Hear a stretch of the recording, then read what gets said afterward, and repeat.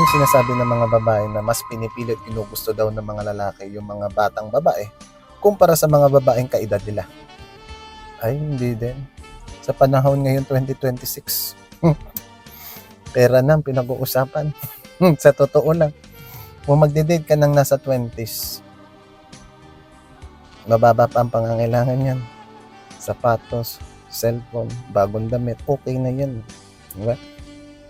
Mag-date ka ng 30 pataas, papatungong 40. Ano na, sira yung kotse, may kailangang repair sa bahay mo. Mas malaki na yung gagastusin mo. Mas lalo na kung ang dinate mo pa talaga, established, no? Financially stable. Iba na ang demands yan, iba na ang kailangang pakita mo sa kanya. Nandiyan na yung bili tayo ng property, condo, brand new car, investment, di ba? Kaya kung pipili ka ng babae,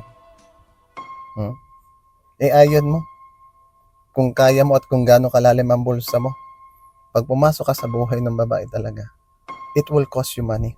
Lahat yan, may presyo.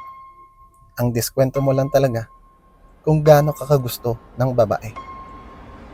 Piliin mo kung ano yung kaya mo. At kung wala pa, mas maganda lang mapirmi sa bahay at pag self-love na lang muna tayo.